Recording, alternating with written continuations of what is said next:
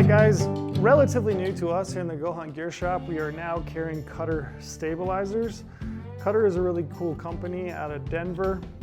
Everything that they make is totally American made, assembled in America, all the parts and pieces. So that's a neat little story about Cutter stabilizers. I had a guy recently up at TAC reach out to me and ask me what stabilizers should I put on my bow. And we had a good long discussion about different options that are on the market. I think these are right up there among the very best options, and we're pretty stoked to be carrying them in the gear shop. The carbon in these things are a high modulus carbon. They are a micro diameter, so they're gonna buck the wind really well. You've got aluminum end caps. Each stabilizer is going to come with 3 1-ounce weights. You can also see that these weights themselves are much smaller than a lot of the weights that you get with other stabilizers, which are the bigger, rounder, thin ones. I think these are a little bit more streamlined. Again, they just kind of tuck in and almost blend into the stabilizers themselves. It's got a great look to them. We have them in a couple of different colors. We have this pine green colors, which the end caps are pine green, the weights are pine green. We also have them in black. We also carry various sizes. So right here, I've got a couple of different sizes, but we do have the 6-inch, the 8-inch, the 10, the 12, and the 15-inch.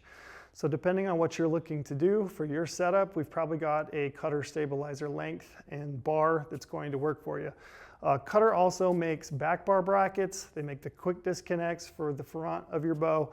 So we pretty much have everything that you're gonna need to set yourself up with a killer set of stabilizers. One common question that we get is, what length of stabilizer should I get? My advice to you would be purchase the length of stabilizers, the longest length for the style of hunting that you're doing. So if you're hunting open country antelope, open country mule deer, maybe even a lot of elk hunts, you could probably get away with even a 15-inch bar, maybe a 10-inch or 12-inch back bar without having any issues as far as like bumping into brush and stuff. If you're hunting blinds, tree stand, if you're hunting really thick country and you're constantly crashing through brush, maybe you're going on Alaska blacktail hunt where you're just wading through a sea of that alder all day, maybe you want those bars much more compact and close to your bow, a little bit easier to navigate.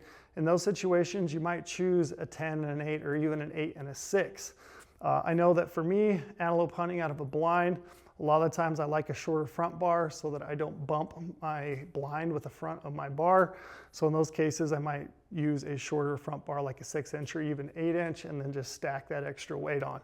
So shoot the longest set of bars that you can for the style of hunting that you're doing.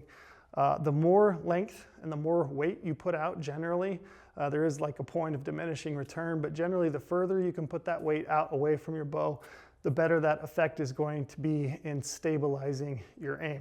It's not going to make you a professional overnight, but it could certainly help you stabilize your bow and your aim at full draw.